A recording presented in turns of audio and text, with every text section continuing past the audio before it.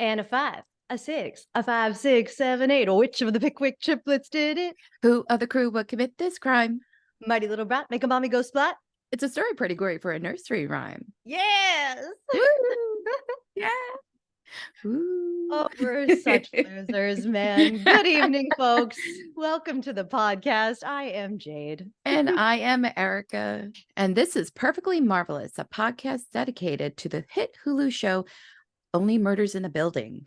Yes. And today we are reviewing season 3, episode 8, Sitz Probe. And we're going to go full Jerica, and the Kara will be Yes. silent this week because our baby is under the weather and we miss her dearly. Sadly, we are not doing the same thing as the trio. We're not getting the band back together this episode. We're so incomplete. But Kara's going to get better soon, and she'll be with us on the next one. Yes. So, as usual, we're going to go through the events in order, comment on everything. And part 2, the whodunit theories, will be on YouTube. So when you go watch that, subscribe to the YouTube channel. We've got a ton of new subscribers, and it makes me so happy. Thank you so much. Keep doing it. You're doing your job, and I love it. And if you'd like to listen to the full podcast, all of the links for that will be in the description. We're on all the podcast platforms. You can find us everywhere. And of course, to watch the full video, simply go to patreon.com/perfectlymarvelouspodcast and sign up to be one of our most marvelous members. And shout out to all of our marvelous patrons: Gail, Lisa, Kimberly, Melanie, Liz, Kathy, Melissa, Jane, Katrina, Tarika, and our newest member, Eli. Welcome. We've got a new member. It's so exciting. Oh, that made my morning when I woke up and saw that we had a new patron. Oh, I got so excited. So yeah. Thank and you. just so you all know, I feel like, I've never really explained like how the episodes on Patreon, the full videos, are a little different. They're a little longer even than the podcasts because I keep in all of the like silly tangents and shenanigans that we go off on. Like there was one time Kara talked a really long time about a hilarious like tangent about a raccoon or a squirrel, I think it was. I can't remember, but stuff like that I take out of the podcast usually. And it's just a little sillier. It's a little nonsensical. So if you enjoy those kinds of things, like those crazy ass motherfuckers who pay us to listen to that, if you want to be one of them, all you got to do is sign up to be a patron and you can hear it all uncensored. So yes. Let's get it going on. Let's get into this episode. Tits up, lady. Tits up. Woo. Pull up my I'm wearing my tie-dye. It's a very cute top. Yeah, I thought it was appropriate. It keeps slipping down, so I kind of look naked on YouTube now. No. You look super cute. Can't have that. You're tie-dye Jade, not tie-dye guy. Yeah, there you go. Tie-dye Jade. Yeah, if you want to see the nude podcast, you really have to pay extra for that one. Ooh. That's a separate tier on Patreon where we podcast in the nude. Oh my goodness. You've got like lots of crotches behind your head. You got, naked babies. You got Tom Petty. It's great. It's wonderful. Yes. Amy Winehouse. Yeah, I'm at my parents' really super cool house right now. And okay, listeners, before we get into it, I'm at my parents' house in Florida, my bestie's house. I'm having so much fun, but it's not exactly podcast friendly. The acoustics are, we need acoustics. As Oliver you need to be in say. A closet right now, right? You need to be in a closet. Yeah. And I have a closet here, but the sound is actually worse because the air conditioning goes right into it and everywhere else is super echoey. So I apologize. I hope I can make the sound okay. But if you're watching on YouTube, you can see a really fucking cool background. My parents are like low-key rock stars. Look at this wall.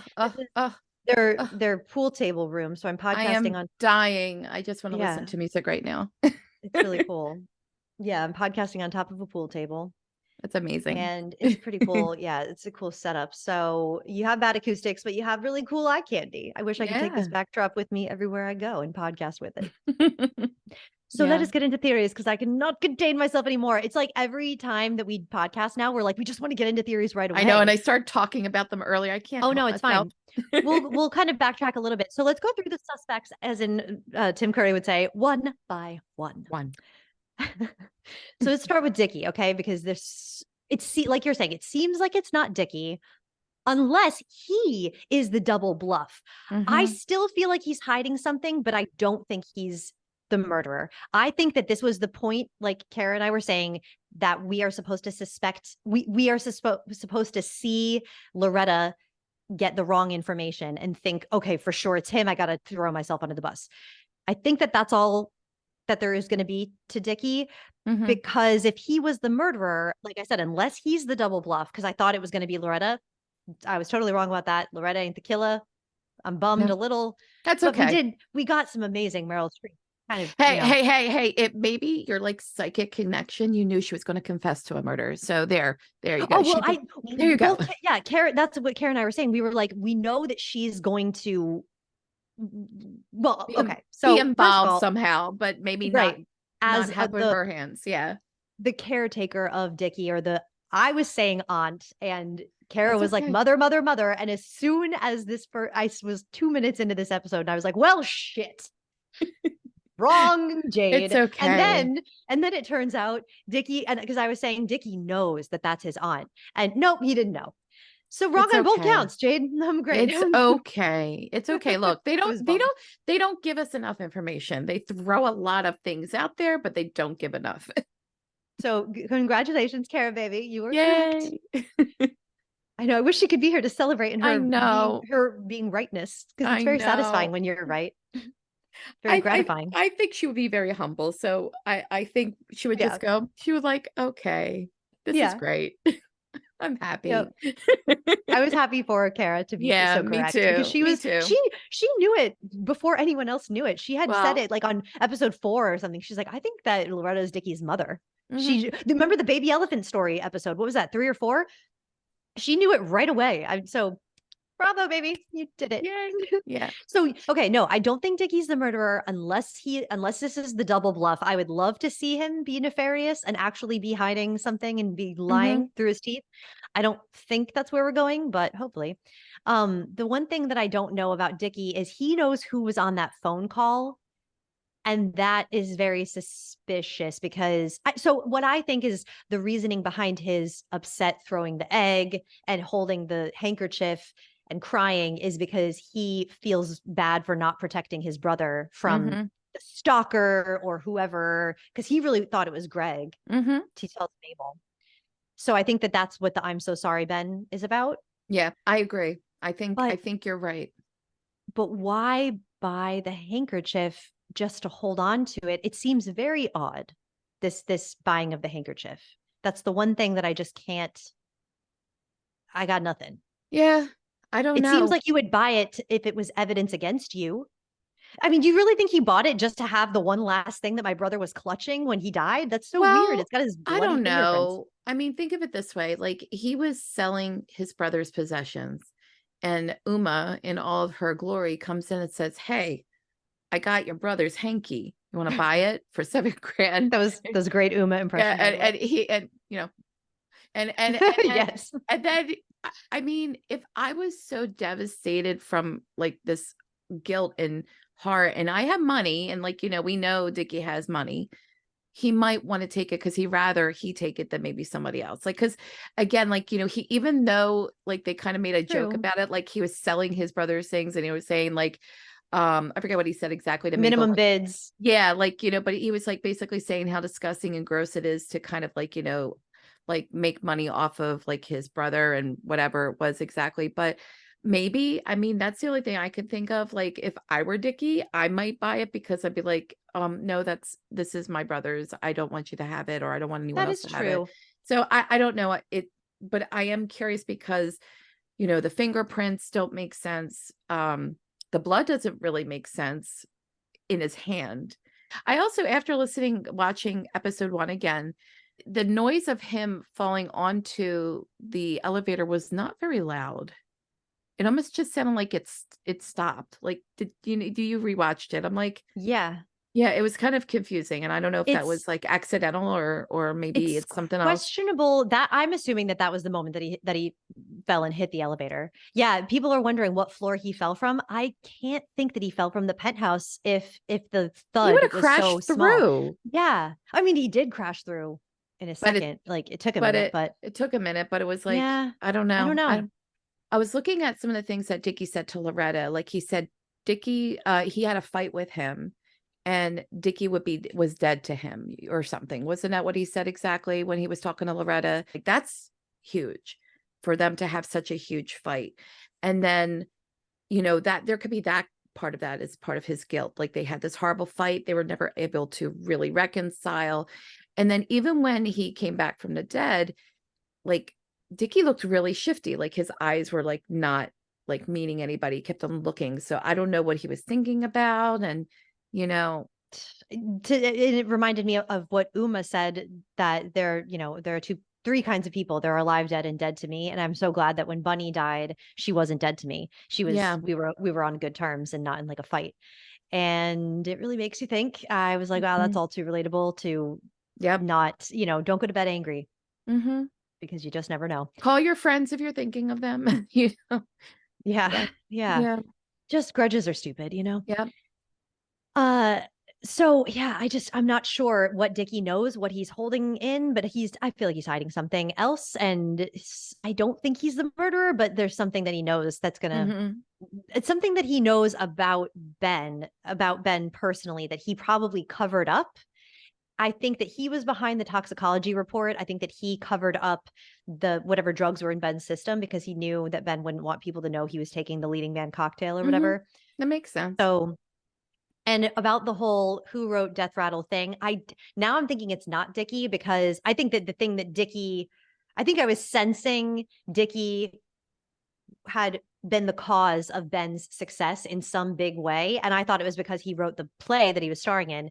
I think that sense was coming from him writing Cobro Hmm. and having Ben take credit for it, but now I'm like, okay, so does that mean Cliff wrote the play? I just need this who wrote the play to be significant. I need this to go somewhere. Like we were saying, if this does not go somewhere, I will be pissed. Yeah. Need this loose end to be tied up, please. Tell me who wrote the freaking play. Uh, And the other loose we need end to know. is, yeah, the other loose end is what happened to Ben and Dickie's father. Because Hmm. Ben says he was supporting his mother and his brother. And when we see Loretta got the baby adopted, Dickie was adopted by a man and a woman. So there was a Hmm. father. And also, what about this creepy ass looking director guy who got Right. Loretta, who's Dickie's real father? Where's that guy? And why did they film him looking all creepy? And we So know, freaking creepy. that Loretta's father was a writer. And I'm trying to think if that has any tie in to maybe how they knew Ben's dad and Dickie's dad, if there's any connection in there. That's a good It's point. because there's not a lot of talk about dads. Like it's more focused on the mothers. Right, right. And what I was saying about the father thing when I was talking about King Herod being this abusive father in the biblical story of Salome, Hmm. that's what I'm wondering. I'm like, is this father thing significant? Is this mystery? There's, like you're saying, there's no talk of fathers. So Hmm. are these mystery dads going to pop up and go somewhere? Or are we just sticking with mothers for this season and there's no dad and it's not acknowledged? I don't know. Hmm. But But it makes sense, at least with the fact that Ben had to support Dickie and his mom. Dad was not mentioned at all. So yeah. I think it might come into something. Yeah. So Ben felt like he was the breadwinner, the man of Hmm. the house or whatever. Yeah. And then Dickie grew up and found his purpose in being Ben's keeper, Yeah. kind of. Yeah. So okay, Loretta. Not Loretta, cross her off the list. In my opinion, completely cross her off. This was 100%. this was the big moment that we were all waiting for. The thing that I've heard people comment on online is this note in Loretta's book that is the handwriting thing. There's so much made about handwriting. I'm Yeah. not sure if any of this is significant, but people are saying, well, that note that Oliver found to compare the handwriting, was probably not written by Loretta. Maybe it was written by Dickie and it was something that she found that he wrote and she saved it. And I was like, oh, that's a good idea. Again, it could be the wrong handwriting because we were saying Ben probably didn't write those thank you notes for that were Hmm. with the hankies. So it's possible that it could be whoever wrote all these notes could have been Dickie. And then he Right. wrote fucking pig because all the notes do kind of look similar. I don't know. I think that the handwriting is like hard to tell. It's some letters. Yeah, when the murder brigade, the Scooby-Doo brigade over here is going to catch on to like, we should be looking at handwriting samples because Oliver was looking at it when it comes to Loretta's comparison. Yeah. But not But everybody so else. so when it comes to this note in Loretta's book, I watched it back and I'm like, no, it's on her letterhead, but so it seems like it was written by her. But what's Hmm. also weird is that we see Loretta actually writing to Dickie. She's a cursive gal. She writes in Right. cursive. So Right. why would I mean it's possible that you would write in cursive if you're writing a personal, beautiful note to reveal to your son that you're the mother, that he's his long Hmm. lost parent. It's possible Hmm. that you would use cursive for special occasions and not for just jotting down a couple of people's names on a comp Right. ticket list. So I don't know. I don't know. I have a hard time believing that Dickie would be able to get a hold of Loretta's letterhead from however long ago. I mean, we don't know when that note was written. It could be pertaining. Oh no, there was a date on the note. It was from 2000 something. Mm. Okay. So it was an old Yeah. note. So yeah, it couldn't. I just don't think that it could have been Dickie's handwriting because people are saying that. It wouldn't have made But sense because also, they didn't know each other back then. It yeah, was, yeah. This is yeah. pretty much confirmation that they just met on this Hmm. show. Yeah. So I'm not sure if whose handwriting that is or if the handwriting is going to come into play at all. But make of it what you will. I can't tell if anything is. I think what the writers are just trying to do is make it look close enough that we could suspect it, but not so much that we could be like, oh, it's a perfect match, you know? Right. Yeah, and we all assume that the fucking pig message was written to Ben. I was just thinking, a thought popped into my head. Could it have been written to someone else? And then that thought didn't really go anywhere because I'm like, it's in Ben's dressing room. I don't know. But something about the fucking pig message really feels red herringy in the way that it's Hmm. not going to be what we think it is. It's not going to hold the significance of this is the murder, their handwriting. Do you think possibly Cliff and Donna were trying to sabotage some things because they have money, so they could possibly be the ones that paid for Taubert. They could have KT working for them, and maybe somebody wrote that on there to kind of like they overheard that fight between Loretta and Ben and had them go in there and plant that just because it was so fresh in their heads. Like I feel like there's manipulation going on, and people will do that to kind of sway Totally. to get people to hate each other more. And Yeah. so I mean, I could see that. Um, I could totally see yeah. Donna being the one who hired Taubert to do the documentary Hmm. because it would only hype up her show more. That's a Hmm. really good point. Yeah, I could totally Yeah. see that. And I also, again, I was watching episode 1 again.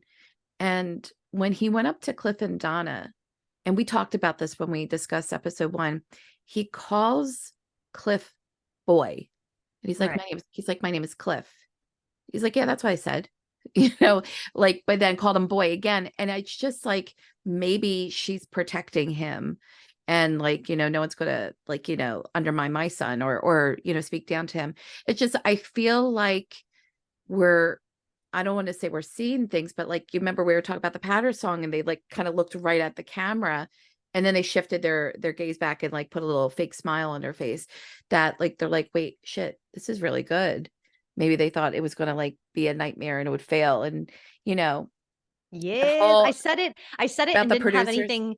Yeah. Yeah, that I remember episode 1. I think I said like, is this a producer's situation? Did the Hmm. producers do it? Because we've got producers all over this show. You know, Nathan Lane we Hmm. had last season and the season before, and Matthew Broderick this season.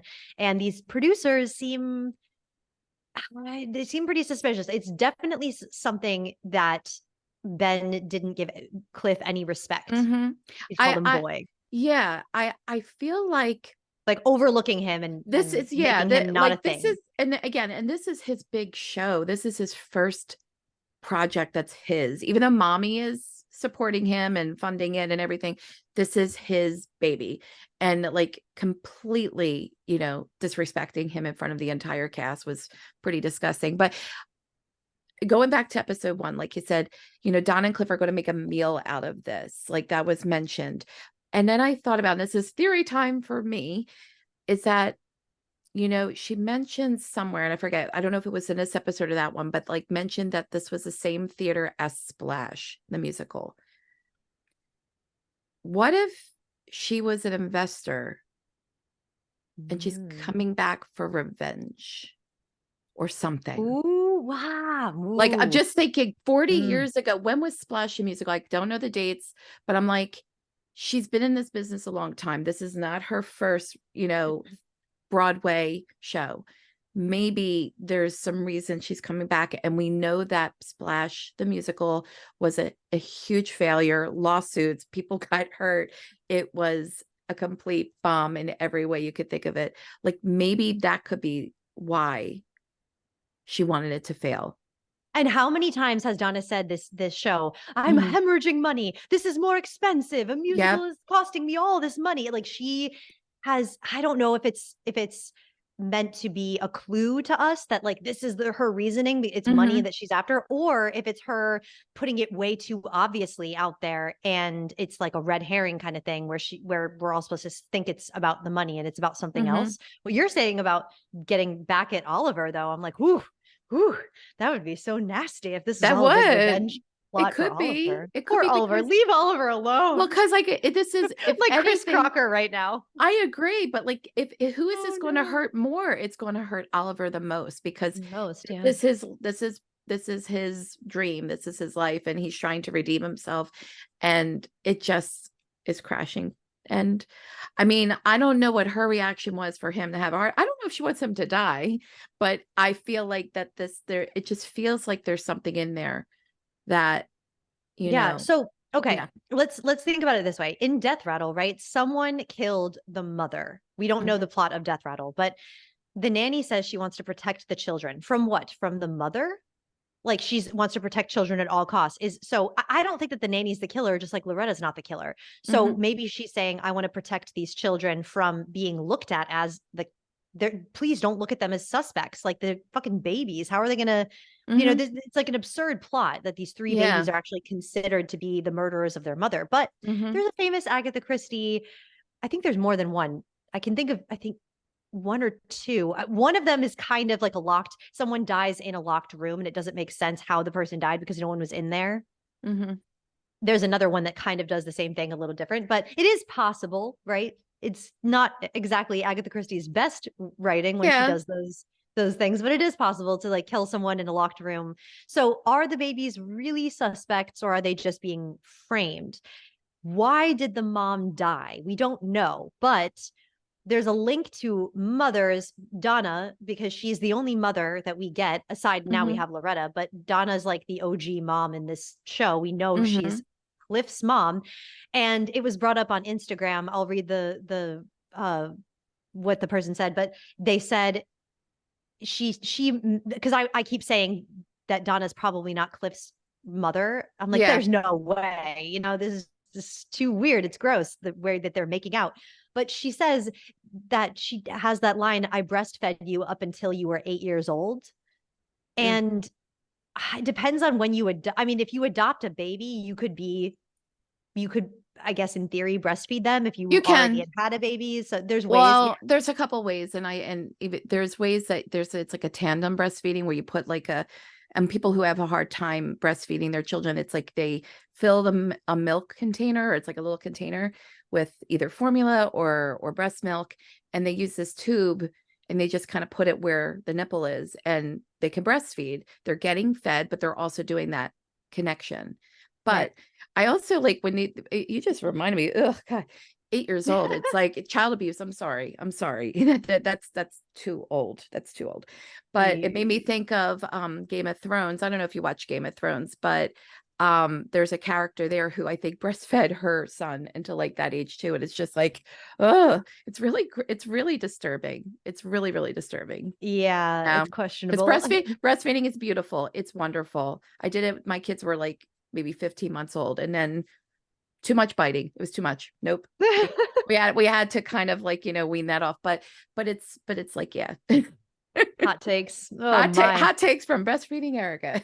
I was not breastfed. My mom was Yeah. like, I couldn't do it. Like, I get you, It's man. I know I okay. would, And I you don't know know if I'd what? be able You're to either. you're you're fed one way or another, but that's like it's like a very close connection. But yeah, you can do it even if you're not like the So, biological okay. mom. So it's possible that she's still not his biological mom. And again, I don't know what this means. I don't think that Cliff, it's a bummer again. I was again wrong because Cliff is probably not related to Dickie or Ben, which We is don't darn know. it. Yeah, we don't know. But I mean, obviously, I was thinking that that's if Cliff and Dickie were both adopted, maybe they were Hmm. brothers. They're clearly not Oh because yeah, yeah, obviously Loretta yeah, just had one child. So it's yeah. possible that Cliff could be related to Ben, but how would that I just don't think. I think I was wrong. I think I was wrong. It's That's okay. okay. I can be very It was wrong. an awesome theory. I It was loved it. overthinking, but I It wanted it was to be fun. something. I just have a hard time believing he's her real son because why are they Mhm. making out? It's just so random and weird. It's But weird okay. and weird for this show. Like, I agree with you. It's like, Yeah, it's it just doesn't it's why? gross. Why this thing? Yeah. So, Yeah. okay, this is the thing that I picked up on though in the Donna scene with Loretta in that bathroom. She Mhm. came out of the bathroom, she was throwing up, and she plays it off like, oh, nerves, opening night jitters, I and didn't notice that. That was a she good was, pickup. yeah, she was throwing up. I didn't notice it until this. I kind of was busy taking notes and I wasn't really watching the scene. But when I watched it the second time, she also adjusts her wig in the mirror and Loretta notices it and then goes like, looks away like, oh, I shouldn't have noticed you do that. You clearly don't Mhm. want people to know you're wearing a wig. So throwing up wig wearing in a woman over the age of 50, I'm thinking cancer. And Mm. she says that if I wouldn't have gotten through this production if it weren't for Cliff. He's the reason that this production has been hell to try to get off the ground and restart it. And Cliff's the only reason that I'm able to do it. So now it's kind of making sense to me why Cliff is the producer when he's got no skill to be a producer. She's Mhm. maybe trying to teach him how to do it so that he can carry it on after she dies. I don't know if I mean not saying that everyone with cancer is going to die, but Right. who knows? There's something and Cliff is very agile. Mhm. It's like a big thing with him is he's jumping up on tables, he's doing backflips Flipping. and Yeah. yeah, I'm like that's got to Just go dancing. somewhere. I don't know Mhm. what this means, why this is significant, but it's too weird to not make a note of it. And I definitely think that Donna knew Maxine was going to write a bad review of the show because they have this moment of Maxine, evil Maxine. She's gotten us in the past and I have nightmares about her.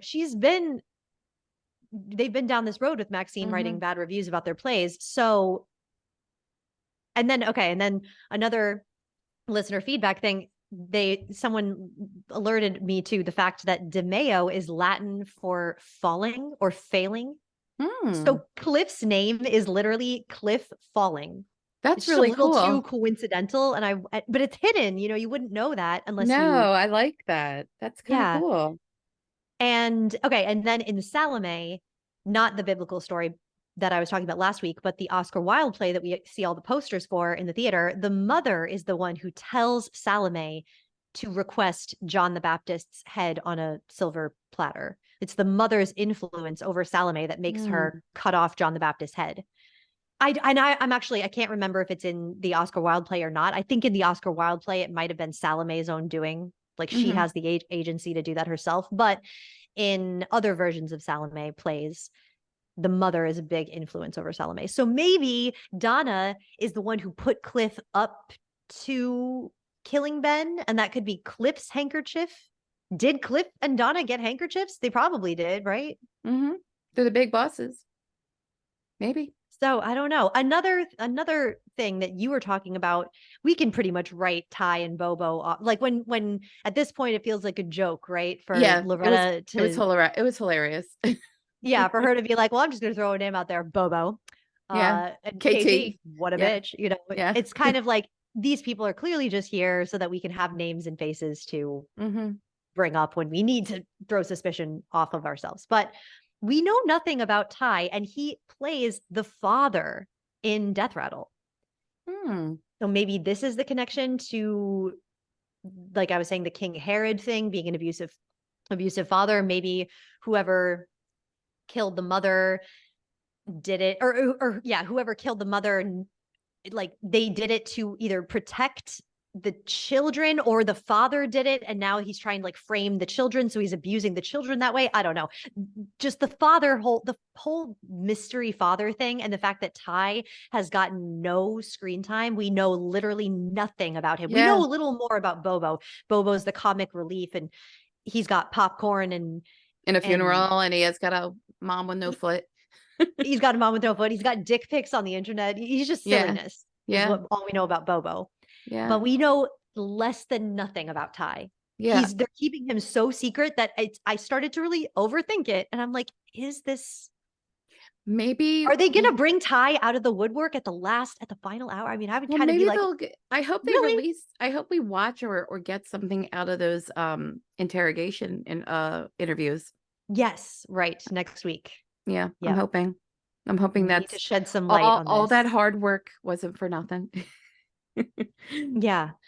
I think that Kimber, she plays the godmother in the piece in the death rattle, but I feel like we crossed her off the list long ago. But Hmm. oh, and that's another thing. The fact that Loretta didn't even bring up Ty as like a possible, when she's That's trying to true. just throw suspicion, she didn't even say Ty's name. Didn't Hmm. even put it in our thoughts. Where Yeah. Ty is like, forget about him. Just forget he exists. Yeah. They're burying him for a reason. Kind of like they're burying fucking Taubert for a reason. Hmm. We've gotten so little of him at this point. I'm like looking at my watch here, episode 8. We have no clue about Taubert. And there is that devil horn. He was Hmm. framed with those devil horns. Hmm. It wasn't that subtle, but maybe some people I didn't. I saw it, but nope. Nope. Don't trust him. No He, Toblerone. yeah, he No Toblerone. Although Toblerone is delicious. delicious. And he's delicious too. He's very handsome. For you, Kara. Yeah. But yeah. Oh, and also Cliff was wearing another wonderful vest this episode. Yes. Oh my gosh. Okay, when she was like, and now we have a cop here and a critic in the audience, and then Cliff just flaps his gigantic sleeves, his billowing, ruffled white sleeves. You know that Wesley Taylor was just like, if they're going to put me in this costume, I'm going to do something with it. And he just Like, went I'm for it. gonna work. He's gonna Yes. work with that. Something else that I wanted to bring up there. Well, okay. Some themes that we've seen. The sibling rivalry theme has come up, and I didn't even mention it when it happened, but there was that gypsy reference that Howard gets, "Sing out, Louise," Oh yeah, and yeah.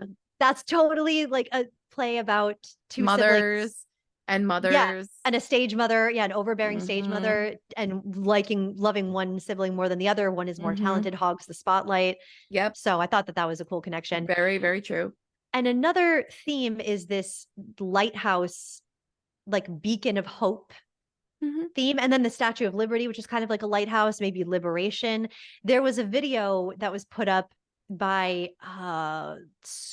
another YouTube channel, Screen Something. They do great work. You should totally check Screen, out was their, it Screen Rant?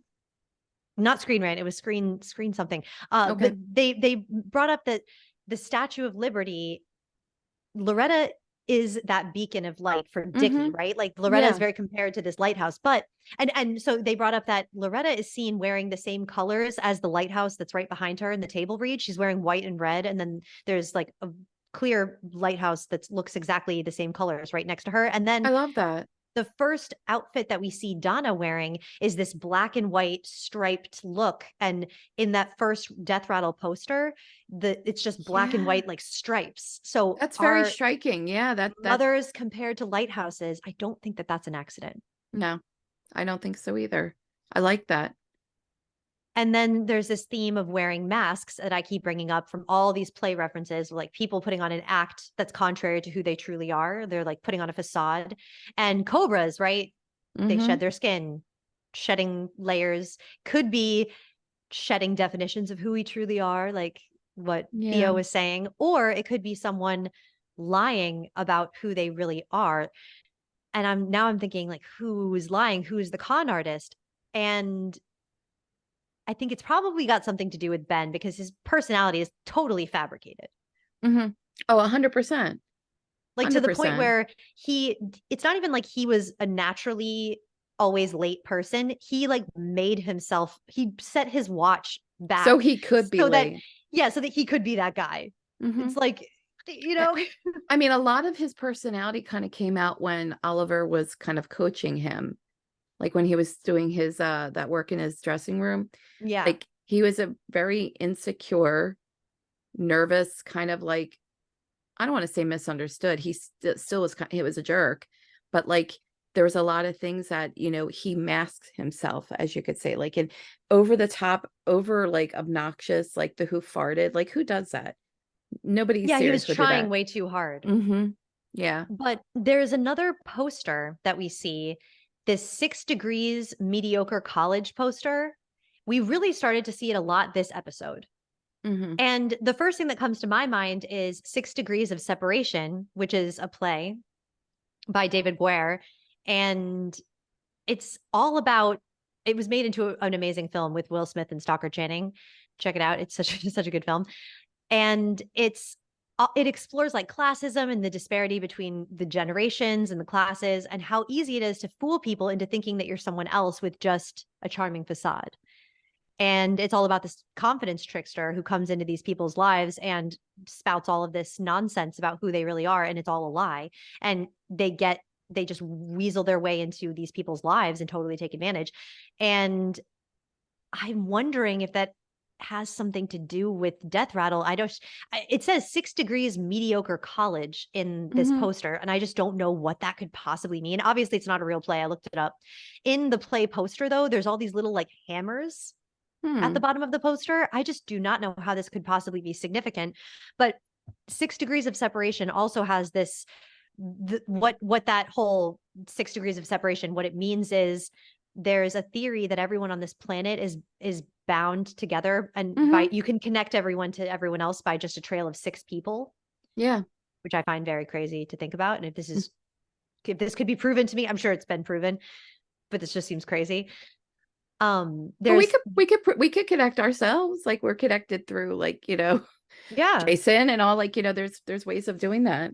yeah, yeah, yeah. I buy it. It's a small world, It it's is the thing indeed. for a reason. Yeah. So now then my brain is going to these places like, is that mean 6 murderers? Is there six? Is it like, multiple murderers? I still Mhm. really, really would love there to be 3 murderers. I think that would be awesome. Just to have it nice and neat and make sense. Please It'll let be this be. it'll be very cool. Oh, And one other note that I wanted to bring up is that I looked up a couple of words, name meanings and stuff after things started to come up about the DeMayo's last name meaning falling or failing. And I was like, I wonder what gooseberry means. It means third wheel. It's obviously like a mm, little green sour berry, but it also is British slang. It says an extra person who's present when two other people, such as lovers, want to be alone together, used especially in the phrase to play gooseberry. Like, so hmm. you're third wheeling it with like on a date with people who especially are romantic together. Hmm.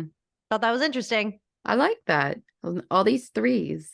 Yeah, Hmm. not for no reason. I really am thinking three killers, maybe it could be. Or I three know that, murders. well, gosh, my goodness, you think? We We only we got always two episodes left. Yeah, but we had two murders in season one, two Mm-hmm. murders in season two, technically two murders in season three, but Wait, who's the other person who died in this season? well, Ben died twice. Oh, right. I was like, wait, what?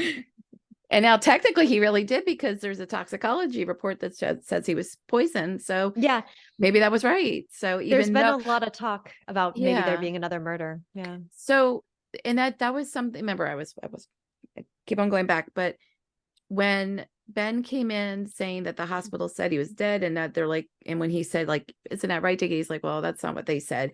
I'm wondering what was said, but just again, like, just kind of tying in like what had happened and who is that person that called.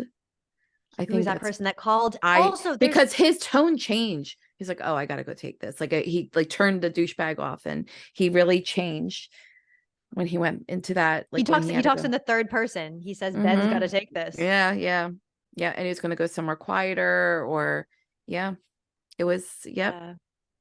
And also there's something that Oliver says in episode 1. He says everyone gets opening night jitters. And I wonder if that's going to become more clear. Like, why was Ben just jittery and nervous because he just been punched in the face by Charles? Because that's what we're thinking now.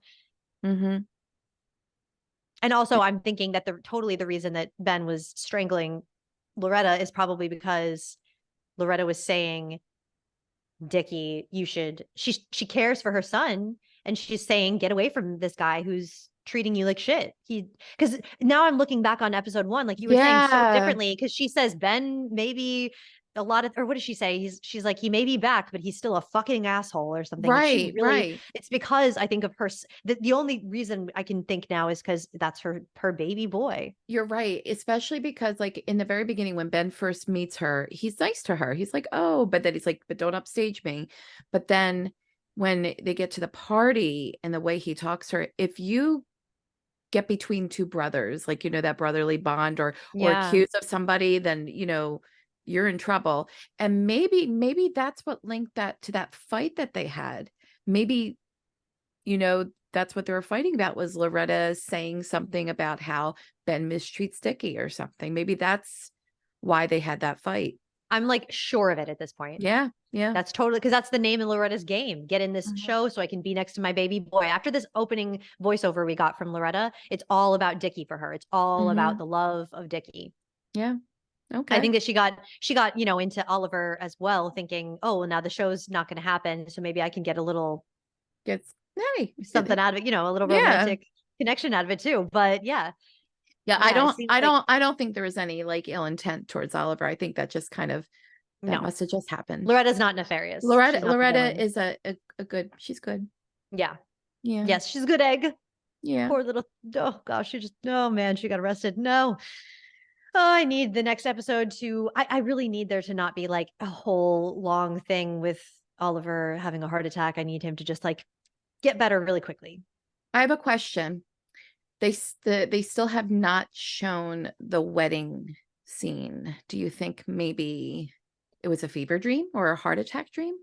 I am thinking that the wedding scene is definitely going to be the ending wild thing that leads into next season's murder. I like that. I I like feel like that. we're going to maybe fast forward into the future if it's a real wedding for Mabel, or it could be a fever dream. I'm hoping it's a fever dream. I don't know I why. I don't just want don't want to see I don't want to Mabel see get Mabel married. well, I don't want to see her get married so soon. Like, you gotta take some time. The only way that I would be okay with Mabel getting married is if it's married to Theo and they Theo, move definitely into Theo. Sting's apartment Oh God, I would love that. I would and love get back that so because much. we got to get Mabel back in the building, right? Somehow. I like So that. how's she going to come into that amount of money? I mean, Theo's got daddy's money. Hmm. He's got that what is it, Gray Robin money. What's the name of A their Gray Robber or Gray Roger. no, but what's their dips? Oh my God. I want It's just called Demas chicken wraps, that's right? it. Demon's Demas chicken wraps. dips. Demon's dips. Yeah, that's true. I think that's Yeah. still no one's given that up. Yeah, those chicken wraps can pay for Sting's apartment, I think, for Hmm. Mabel and Theo. I'm Yeah. shipping it. I I would be here for that. If Mabel yes. has to get married to anybody, I would prefer she just stay single and afford Sting's apartment some other way, but I don't know how. I would love that. unless I would love unless that. she becomes the next Cinda Canning. I would like that too. I would like that That would too. be awesome. I'm not putting Sydney I know I really loved Kara's thoughts on that, and I started thinking about it. I hope that her episode was not like a one-off, like just like, oh, this is a cameo for Cindy Canning. I'm hoping like there is some tie-in, because I still think like she could possibly be involved in Butthead up here. But also I kind of like, oop, I'm like so backwards up here. Donna, she's over there. Who knows? We'll see. Yes, if you're not watching the video, Erica's I'm like, pointing to her murder board behind it's her murder background. board, murder board. I can point to who's on my murder You board got right Tom now. Petty. It could be Tom Petty. He's a suspicious one. It could be Yeah. Peter Frampton. Peter Yep. Frampton. Look at him. Yep. Look at that Yes. He's like, yeah. murderous face. Yes. Yes. Dennis Joplin. There's a lot of Murderer. there's a lot of dead people on your wall, but that they're all wonderful geniuses. Yep. The wall of Love them genius. all. Love them all. Ugh. Yeah, Ugh. it's so great. Ugh. Okay, so any predictions for the next episode aside from Mabel maybe getting back into the Arconia because they're getting married to James? That's another thing. I really need to see more James Caverly because I just got to shout out how amazing he is. I feel like I didn't talk about it enough when Theo showed up before, but like James Caverly is just such a great actor, and I there's something agree. about him that He lights up the screen. He really does. He's so yeah, I love him. He to really be a deaf actor. And I don't want to make it a thing about like, oh, he's great because he's deaf and he can act. No, like for no. any actor though, like to be that subtle and to know when to really, really use that emotion and to really pull it back. Like he played some major ball with Nathan Lane. Oh my God. He just matched him right there in that, and that's just so That difficult as a young actor. episode 8 of season 1, and this episode, another 8. Oh my God. I just realized this was episode 8 too. That's Oh, right. oh, Good oh, call. oh, they really know. They know. They know episode 8s are like, they're the money shots. Oh my God. So good. Yeah. But Eight is a good number. I agree with you. Like, I was watching, it's with Michael Cera Creighton, the after show, and he was on this past week, and he just Yeah. was wonderful. And I he's sitting there know. with Will. I'm like, the actor that plays Will, and I'm like, oh God, I was so happy he was on. I think I cheered and clapped when he was on, and we weren't Yeah. expecting it. So yes, I agree with you. Love him. Yeah, the more I think about it, the more I'm like, okay, they can get married just because that would make Theo a regular next season, And I'm like, bring it Mhm. on. Because I was truly thinking about it today when I was like taking notes and organizing everything for the podcast. I was like, the only other person I can think of that I would be okay with joining our trio and making it like a Quad. quad, Yeah. yeah, would be Theo. He's the Mhm. only person I would be like, okay, you can join. That's cool. Yeah.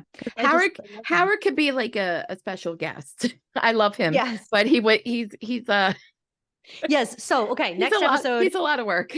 Next episode, I need to see Howard get on that podcast. I need to see his guest appearance on the pod, and I Mhm. need more Theo. I want the next episode to fucking be narrated by Dickie. I need to know what Dickie is hiding. I think we Oh, will. and Yeah. Paul let me know something. So that TikTok video that you were referencing, I mean, not TikTok video, I was referencing it last podcast with Mabel in the wedding dress, the behind the scenes TikTok that was filmed. I put it up on our last podcast, and I will link it again in this one in the description. So Steve Martin comes running out of the Arconia, and they're putting Mabel into a taxi, and he was waving a piece of paper, and he says something about a phone number, and Paul watched it and texted me.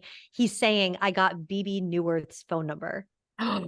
I don't know how this ties in. I don't know how this is, but are we going to see BB Newworth? Because that would just be, that would be a tie-in to Chicago. Right. Yes. Getting so much. So I want all the musicals all the time. All the musicals all the time. Give me. I know. Where's Patti LuPone? Come on. Oh, yes. Bring them. Bring them all in. Seriously, though, I mean, God. I think that's coming, and that's just amazing. Yeah. That's, it kind of a spoiler, but there's nothing to it. It's just, BB Newirth. That's what he's, and now when I watch it back, I'm like, oh, clearly. Cause I was like, what is he saying? Yeah. Whose phone number? It's like, I can't make out the words. And then Paul's like, he's saying BB Newirth. I'm like, oh, you're so right. I'm going to watch it. All right. Well, I think that we've did it for this episode. What you think about getting into my favorite delicious after dinner snick snack paddywhack? I am starving. Bring on the feed crack. I was just losing my high. I was starting to come down from last week. And you brought it on. We have some feed crack, so let's get into it. All right, so let us get into it. And our first little piece of feed crack is our delicious Apple Podcast review. I don't know why I said delicious. I mean, it's delicious. It's delectable to me. It's a 5-star review from our beautiful patron, Lori. It's entitled Wine Bar Roundtable with Friends. I just love these podcasters, Kara, Jade, and Erica. Every episode is just like meeting up with your besties after having watched the new episode of a show that you love. These gals go in depth on more than just the story, plot lines, and possibilities. They talk about characters, the actors, the performances, the outfits, the sets, the Easter eggs, all of the things about this show that bring us joy. They also listen to and love their fans, and they're perfectly willing to reconsider their positions after having received fan input. Love, love, love. My goodness gracious. Thank you, Lori. I just can't. Thank you, Lori. Thank you so much for writing this. I mean, everything that you say, I hope is true. I hope that everyone finds this to be true. Thank you. Wow, it's overwhelming. Thank you. I know. So now we should crack some wine open. All right. Yes. That's like one of the nicest reviews we've ever gotten. It was very, very sweet. Thank you so much. Oh, and then I also want to say Liz Todd last week wrote an email to us, and she said something about Joy she shoved the adorable cakes into Charles' chest. And as I was editing the episode, I did not realize that she was referencing the line adorable cakes from Susie saying that is an adorable cake in Marvelous Mrs. Maisel. And I was like, how did I not hear that when I first read it on the podcast? It's so funny. Sometimes when I'm editing, I hear things differently. And I'm like, how did I not pick up on that when it was said on the podcast? This So is live podcasting. It's like live yes, theater. live theater. No rehearsals at all. That's awesome. So Thank you, Liz, Liz. Liz, thank you for saying that last week. Sorry, I didn't catch it at the time. Liz, you're an adorable cake too. You're an adorable cake. All right. So our next is an email from Terry Russo. The subject says Marvelous Murder Gals.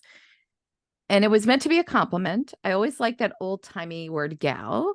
Smart, fun, not a demure flower, but a young woman with personality strength, just like you. Oh, thank you, Terry. You can call us gals anytime. We are Yeah, marvelous murder that's awesome. gals. Yes, I love it. I own it. Okay. I think Donna is Dickie's mom. Mm. It's okay. We just you'll see soon. Don't worry. Yeah, you'll Don't see worry, soon. Terry. She barely tolerates her co-producer's son, who is younger than Dickie, like 5 years, maybe 10 years younger. I imagine a younger Donna simply not being interested in having children. I think Cliff knows. So Donna and Cliff know Dickie wrote the play. They want to support him. They have never liked Paul Rudd, but had to cast him to get the play done. They knew Martin Short wouldn't ask too many questions. I don't think Dickie knows who his mom is. And yes, that's true. He doesn't. I think Paul Rudd faked his on stage death for the PR. It's a possibility.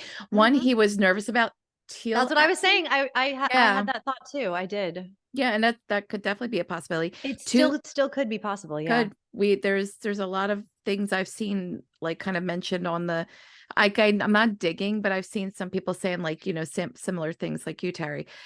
Two, he's kind of just an asshole. You're right. He is kind of. So I think Meryl Streep is related to Donna.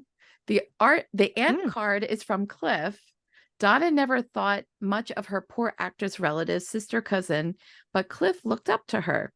She nurtured and validated the repressed artist Cliff, who she let dress up and dance whatever they spent time together. Actually, I like that. That's me too. I like this. That's a really nice narrative, like your backstory. That would have been really cool. She let him dress up and dance whenever they spend time together. You're right. You're right. There is definitely not like the love isn't coming from Donna towards Cliff with that part of his life. At some point, Donna disapproved and separated them. Cliff invited her to the audition. Who killed Paul? Well, who killed Ben? On stage, no one. He faked it. Tobert has that plan on tape. Dickie found out. He was upset when he thought his little brother died, stoned, caved, and told him the truth. Elevator push, Tobert. Probably an accident. He, like everyone, liked Dickie better than Ben Glenjerk. That's why he's hiding right next in front of Mabel. There it is. The first message is ever sent to a podcast. Oh, Terry, that's awesome. You gals inspired. Thank you. Love you, Terry in Texas. Terry, that was awesome. I loved your thoughts. I actually was thinking about, thank you. I was thinking about that whole Tobert thing. And I was thinking about Tobert. Maybe he possibly witnessed, just like how he witnessed the elephant. But I definitely agree with you. I think Tobert is a piece of poop. Anyway, thank you, Terry. Yeah. And this whole thing about the aunt thing, that card on Loretta's refrigerator, I just don't know if it's going anywhere. I don't know if we'll ever hear more about it. Like the tattoos on switching on Ben's fingers. I mean, we had a great comment last week that I really hope explains it. Ben just being that kind of guy who wants everyone to think he's got his knuckles tattooed and he's faking it all. But yeah, there was something else was said. Oh, Paul Rudd faked his death. Yeah, I went into a lot of that last podcast, and I think it still could be possible. But now I'm leaning more toward this Donna and Dickie thing, that they are probably behind Ben's death. Yeah, I'm thinking it's Donna, Dickie, or Donna. Cliff. Sorry, did I say Dickie? I meant Cliff. Donna, Dickie, and I mean, fuck, I keep saying Dickie, not Donna, Dickie. Jesus. It's all because you don't say Donna Dixon. Good Lord, all these names. Donna, Cliff, and Tobert. I think they are the three behind the death. My opinion. I don't know. It would be cool if Paul Rudd was faking his death, because that death does look suspicious. It looks very stagey. There's something about it when you watch it. Maybe I've just watched it too many times though. Trying to figure it out. We have watched it multiple times. Multiple. And Terry, then multiple after that. Yeah. And Terry, write to us this week too, because we want to hear what you think now that they've revealed some more information. Yeah, now that we know for sure who Dickie's mother is. Thank Mm-hmm. you so much, though. Seriously, I love that you are the first. That's the first message you sent to a podcast. I feel Yay. honored. Okay, next is from Kimberly, our marvelous patron. She says, "Hi, ladies. After looking into a few things, I realized that rattle isn't necessarily a baby's rattle. The definition of rattle can also mean it could cause someone to feel nervous, worried, or irritated. A rapid succession of short, sharp, hard knocking sounds like the rattle of a teacup on the tray, the gurgling sound of a person's throat when they're dying, like Kara was saying, the death rattle sound, and a baby's toy. And as a noun, she says it has to do with snakes. The set of horny rings at the end of a rattlesnake's tail, horny rings, Mm. shaken with a dry buzzing sound as a warning. So yes, I this is a very good point, and I can't believe I overlooked it. Snakes, Mm-hmm. rattlesnakes, duh. And also Ben calls Meryl, or not Meryl, Ben calls Loretta a snake in episode 1. Yes, So there's a lot yep, of snakes. yeah. Yeah. And then there's that whole snakes shed their skin, Mm-hmm. either shedding labels, or it could be, like I said, wearing a mask or a costume of some kind. She says there seems to be a lot of door rattling. Charles is stuck in the broom closet before the fog comes in. That's true. He does rattle that door. Everyone is a little nervous and rattled. She said Matthew Broderick owes Cliff for something. It took me Mm-hmm. another watch to realize that Charles was imitating the ending of Ferris Bueller's Day Off. Yes, I can't believe I didn't catch this when I watched the episode. Yeah, you're absolutely right. When he says, "You're still here? Go, just go." She says with the hand gestures, like when Ferris breaks the fourth wall at the end of the film. Yep, I totally didn't catch that. A Love shame. that you picked that up. Yeah, that was good. She said handkerchiefs. Ben gave handkerchiefs as a gift. I looked up the symbolism of a gift like that. A handkerchief is considered a gift of parting, and so if given, it is often assumed that you are saying goodbye forever. That is an old-fashioned way of looking at a handkerchief. Yes, like waving Hmm. the handkerchief to say farewell. That is true. Yeah. Yes. And she also sent us the name, the Glenroy name origin meaning. Glenroy is a gender neutral given name and surname of Scottish and Jamaican origin. Scottish and Jamaican. So That's random. interesting. Yeah. Two cultures seem so unrelated, but yeah. Okay. Deriving from the place name of Glenroy in Scotland. Glenroy is a beautiful nature reserve featuring the geological phenomenon of 3 lock terraces known as the parallel roads of Glenroy. Hmm. 3 again. Interesting.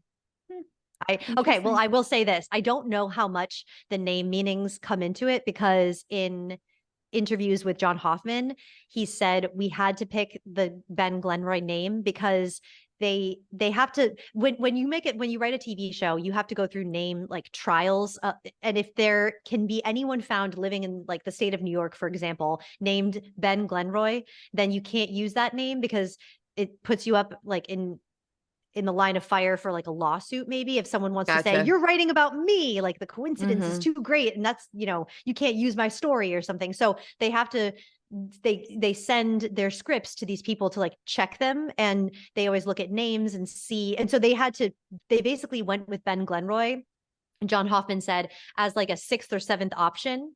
Wow. So it wasn't their first choice. So I don't know that is going to play into it all, but I don't know about I the appreciate the origin of it. That's really neat.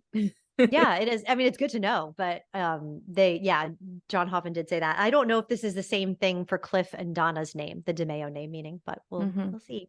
So Kimberly, thank you so much for always being amazing and just she brings it. Kimberly brings it with the feed crack. I mean, let's be real Absolutely. here. Always. Number one feed cracker. All right. So our next email is from Hope, and the subject says season 3, episode 5. Who is Moriarty? Hey, And everyone. Hope, I apologize. I emailed about this. This is from or last week or the week before. She sent us this, and I apologize. I forgot to include it. My bad. So we're gonna include it now. We got you. All right. Hey, everybody. I attach a VM and a pic of the Reddit post I was referring to. Would love to hear who you all think the Moriarty is. All right, let's give it a listen. Okay, hey y'all, what's up? My name is Hey, Hope. hey. Something I'd love to hear y'all talk about in the next episode, or maybe you guys have addressed it already, I'm not sure. But the Moriarty theory. So, I mean, it's not even just a theory because if you have not seen it, John Hoffman has a Reddit account for Only Murders in the Building, and he really only used it to comment on season 2. So he hasn't commented on anything in season 3 with his Reddit account so far. But at the end of last season, he was talking about how there is going to be a Moriarty character reveal eventually. And as we know, in Sherlock, Moriarty doesn't actually do the killings, but he is pulling a lot of the strings, which is why I think it's interesting in your discussion of season 3, ep 5, how you guys are talking about near the end of the episode how the play Macbeth has to do with this woman pulling a lot of the strings for like murders that are going on in the play, or like nefarious things that are going on. And then you guys were talking about Loretta and the witchcraft, so maybe she's Moriarty, which honestly I'm the most invested in who Moriarty is. I thought it was Tobbert at first because my theory was the only reason he's listened to the Trio's podcast is because it would compete directly with a documentary that he's making about like these same murders, right? And that's why he's trying to get close to Mabel and figure out her relationship with the olds, as she calls them, because he wants to take their podcast down. And he's the one in season 1 who left that note on Oliver's door and poisoned his dog. But could have also been Loretta. But I really want the Moriarty type to be Howard, just because I have no evidence to back that up. It's just that it would be the most fun if Howard was Moriarty, in my opinion. Once again, no evidence to back that up. And like you guys said, because he is the one who was dropping State Farm's name, I also very much doubt that he's going to be the murderer or the Moriarty type. But it would be fun. So yeah, would love to hear you guys discuss who you think Moriarty is. Any clues that you guys have noticed. Obviously the next time you guys will drop a podcast will be for season 3, episode 6. And we missed including this. We don't I know apologize. what's going to happen. But yeah, also last comment I'm going to say, really, really good information. How you guys talked about how apparently some reviewers had accidentally spoiled the fact that Dickie is Ben's adopted brother. That was good information. I mean, I have been guessing that for a minute here because I think it's very obvious that Meryl Streep's his mom, or close family member in some way. She called it. I think it was Kara who said that Dickie's in the background of all those pictures in the scrapbook. So that was clear to me.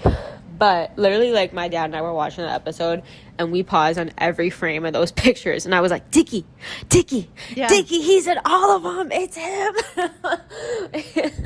So yeah, super excited. Obviously, I'm super obsessed with this show and glad to have found other people who are too. Thanks, guys.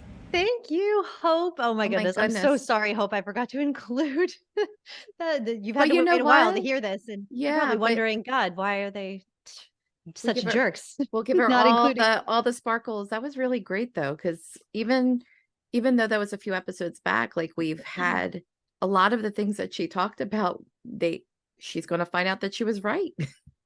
Yeah, right on. You were on it. As far as who this Moriarty character is, so if you guys don't know, Professor Moriarty is a fictional character and a criminal mastermind created by Arthur Conan Doyle to be the adversary for Sherlock Holmes. And he was basically created as a device to kill off Sherlock Holmes. Well, he kind of used him in that way. And then everyone was so pissed off. They were like, you can't kill Sherlock Holmes. So he had to resurrect him. So he pulled a Ben Glenroy. on Sherlock Holmes. But yeah, Moriarty is like the arch nemesis rival. I think it's Cinda Canning. I do. Yeah. Okay. I think it's Cinda Canning. Kara would have said the same thing too. Mhm. I have a hard time thinking that Cinda Canning's coming back, but the more and more that we go into it, and the more it seems that Taubert has some kind of agenda and they're keeping him secret for some reason. He's really pushing that podcast, and so is Cinda Canning. Mhm. That's their connection. I wouldn't be shocked. I would be a little, I don't know if I'd be bummed about it. For some reason, I just don't want it to be Cinda. That wouldn't be satisfying to me. I don't think necessarily for this season. I think Cinda Canning is the big bad of the series. Like, I think she was in season 1, she was in season 2, she's in season 3, even though not much. I think Taubert, I still think Taubert is linked in somehow, whether it is between Donna or Cliff, but I think that, I feel like Taubert's more linked to Cinda Canning than he is Cliff and Donna. But if they did go that direction, I would be okay with it, because it would still make a little sense, just because of the way I think the story's going. But who do you think who do you think the Moriarty could possibly be? I don't have a better suggestion other than Cinda Canning. I think as far as like arch nemesis goes, it only makes sense that it would be her, because she's got the other rival podcast and she can't have them surpass her. So it's either her or Howard. I think Howard's a great option. I love Howard, but nah. The thing about Howard is that I know, well, it would kind of be great though. I don't know. I wouldn't mind it, just to give Howard some juicy like scenery to chew, because Howard really wants to be on stage. He'd be a great villain. Yeah, that's what I mean. Like with his, his pointed toe doing on when he's really getting into it. He does. Oh my God. He murder dances like Cliff. So adorable. Dances.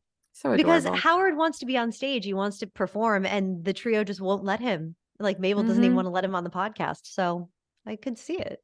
Well, he could always go to the dark side and go to Cinda Canning's podcast. Ooh.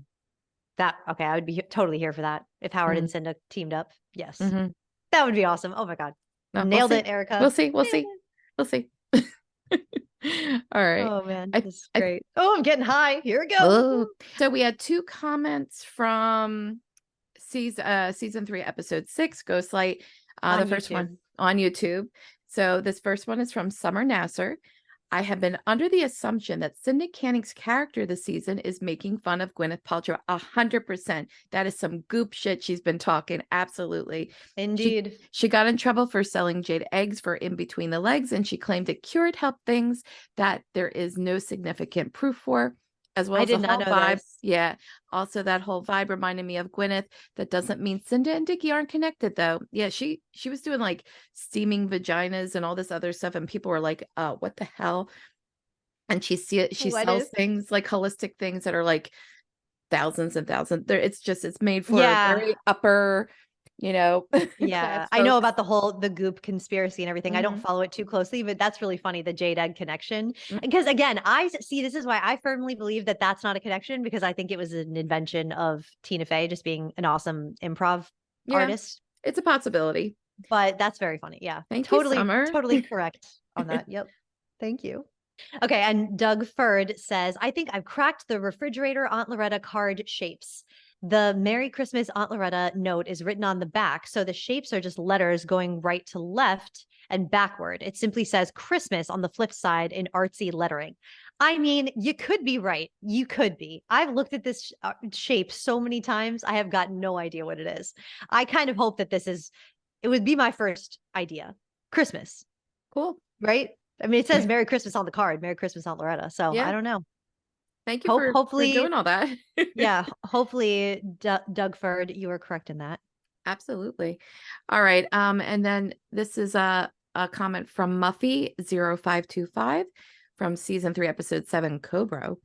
Paul Rudd was credited for appearing in the episode because there are pictures of Ben at the silent auction. The actor who plays Dickie was also credited for appearing in episode 5 because he appeared in the pictures from Loretta's notebook, despite not acting on screen like Paul in episode 7. Thank you, Muffy. Nailed it. Yes, we were wondering why Paul Rudd was credited when Ben did not appear in the episode, because as far as I could tell, that wasn't happening ever when Meryl Streep was involved. So, but there's no pictures of Meryl Streep we see, but we do see pictures of Ben. Good call. Thank you so much, Muffy, for bringing that to my attention. Awesome. JT says, I think the cutout word in the Aunt Loretta Christmas card looks like Cobra. I mean, maybe. To me, it doesn't look like anything. I hope it's Christmas or Cobra. There's definitely a C in there, a C and an Mhm. O, maybe a B too. That's all I Oh. can make out.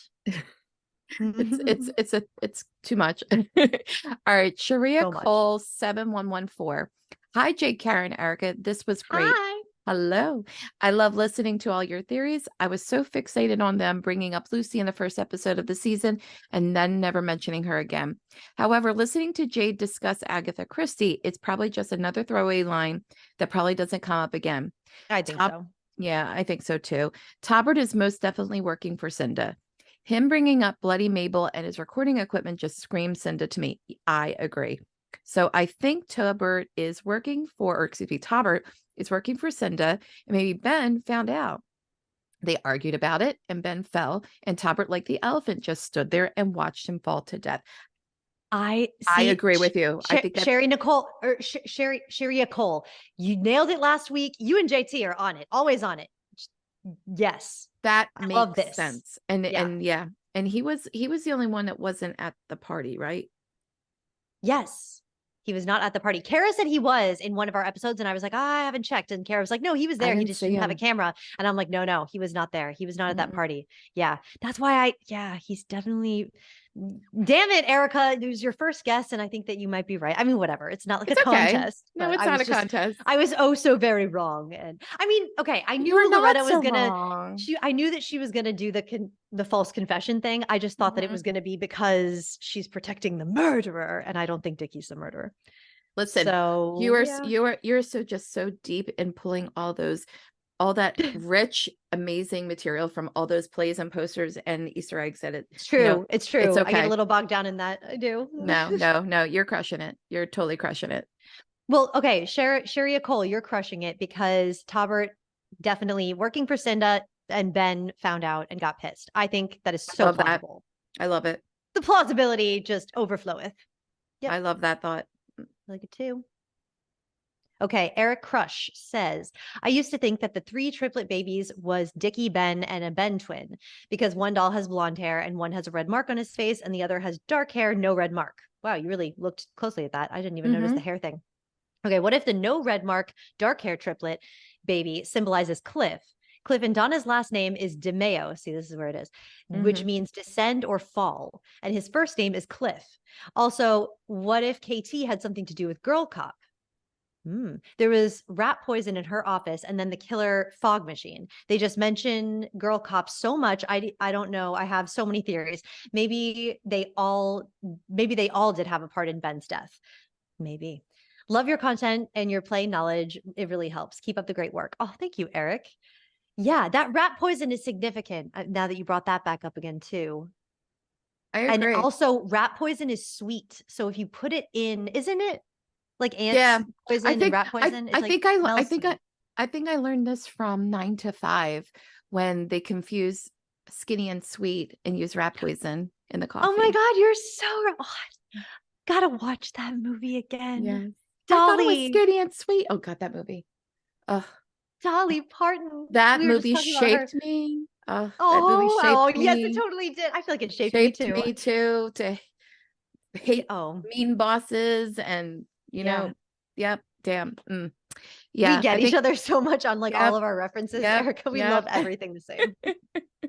Oh, I love that. Love it. There's nothing in Facebook. So the last is we have Instagram from Snazdella. Oh, I like that name. Snazdella. This was a comment from I think last week. So it says, nope, not a twin in my option. And didn't Donna say that she breastfed Cliff until he was 8 or something like that? And we this was on a post. This was on a post where I was asking if that I was saying, do you think that Ben or that Cliff and Donna are going to be actually related? Because wouldn't that be gross? And she says, and I was also asking about whether or not Ben was a twin. So you do not think Ben is a twin. I think you are correct. And yeah, the Donna breastfeeding Cliff until he was 8 thing, that was the reason that I thought Cliff could be related to Dickie because they both mention being 8 years old. Or I mean, sorry, Cliff and Ben both mentioned that they were 8 years old because Ben yeah, he references supporting his mother and his brother at 8 years old. So I was just thinking, I'm like, yeah, but now that you're saying it, like the breastfeeding thing, I mean, you're saying, Erica, it's possible you to can, be you to absolutely, breastfeed a child that's not your own, right? Yep. So, because Yep.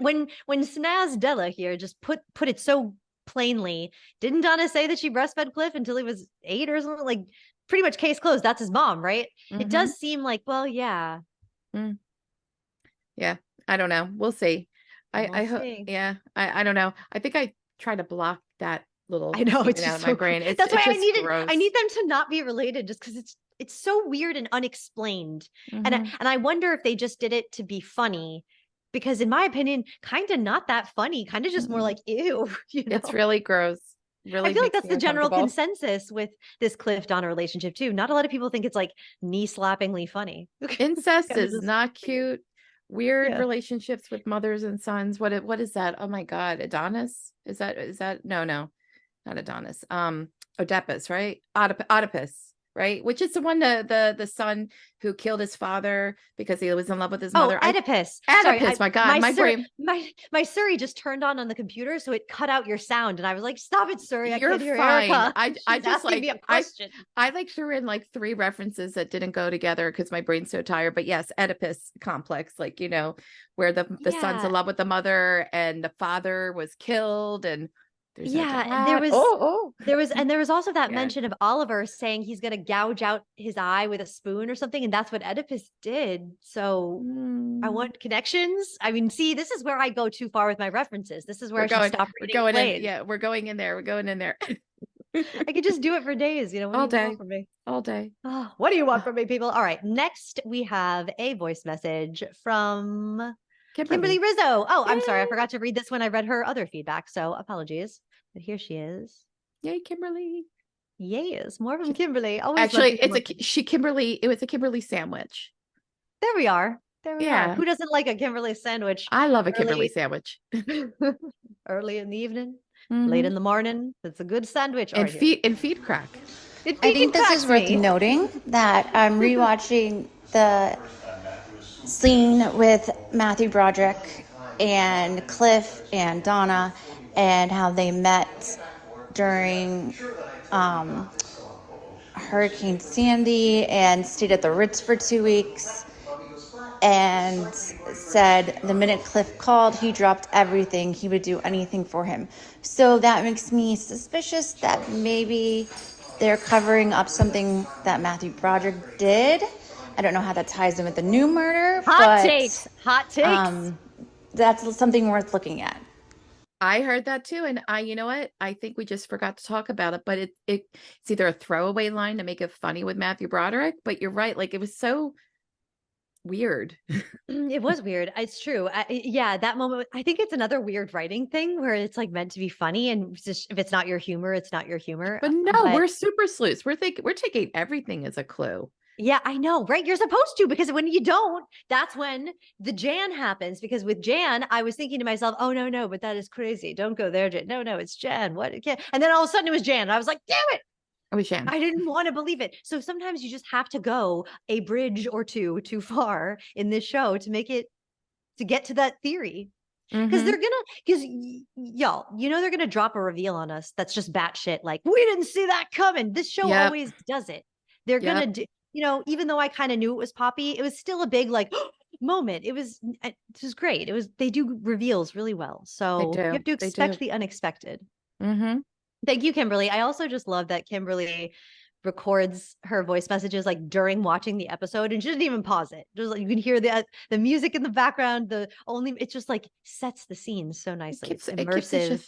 Immersive voicemails. Keep it up. Keep it coming. Thank you, Kimberly, for the immersive experience as always. That's it. That's all there is, people. We're all go home, go away. What are you still doing here? What? The show's over. Jesus. Oh, guys, listeners, I gotta stop saying guys. We have enjoyed this time with you so much. If you've enjoyed it, please like the video. Please subscribe to the channel. Do it. It's such a small thing. Where'd you go? Oh my God. Oh, good. You're still there.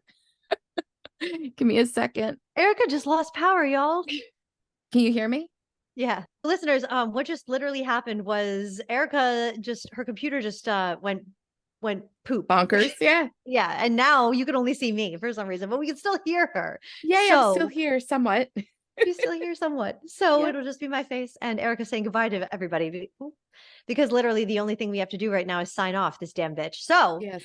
as I was saying before I was so rudely interrupted by Erica's power outage situation. Half power outage. It went out and Jesus. up. Oh my God. What a wackadoodle night. Oh my goodness. Wackadoodle. Yep. All right. So if you like the video, if you liked our shit, if you like what's going on here, then please like the video, whack and slap and get permission, get consent, and spank those naughty 5 stars and that subscribe button. It's a very small thing that just takes like 2 little milliseconds of your life and it helps us immensely. So if you even cracked a smile while listening to our nonsense, then just, do one of those things, if not all 3. I would appreciate it. Thank you. Oh my Erica, gosh. tell them. Yes, yes, yes. We love to hear your thoughts on episode 9. So write to us, leave us a voice message, tell us who you think the murderer is, give us all your theories and your most marvelous moments. Please tell us. Please do it. Tell us who you think the murderer is. We're getting down to the wire here, guys. We gotta know what you think. And the feed crack has been excellent. So please keep Jade high. Look how high I am. I'm floating. Yes. It's great. You can email us at perfectlymarvelouspodcast@gmail.com, or you can follow us on Instagram at perfectlymarvelouscast, or you can join our Only Perfectly Marvelous Murders in the Building Facebook group. All the links in the description, as well as my Instagram, Jade the Naked Lady, all one word, or TikTok, Jade8Green, the number 8, as we've been saying, a great number. Yes. That's the day I was born. Now you know. Yeah. Come back next time for our review of season 3, episode 9, the penultimate episode, 30. Yes. 30. Babe, my babe. I can't see you, but I can see you in my mind's eye. Up until I lost you and couldn't see your beautiful face anymore, I had a marvelous time talking with you. And listeners, gorgeous listeners, thank you so much for joining us. I'm Erica. And I'm Jade. Which of the Pickwick triplets did it? Which of the spawn had the brawn to kill? Will the baby get tried for mattress side? A coochie coochie coo. Time for you to admit it. So quick as a whip, gotta pick which Pickwick triplet did it. So quick gets a whip. Oh my God. So quick gets a whip, gotta pick which Pickwick triplet did it. I totally messed that up. We got it. We nailed it. Oh my God. Well, look, if it took Charles that long to get it, I'm not good at patter songs. You are great at patter songs, Erica. Oh what are you kidding me? goodness. That was Oh delightful. Oh, you're delightful. I am so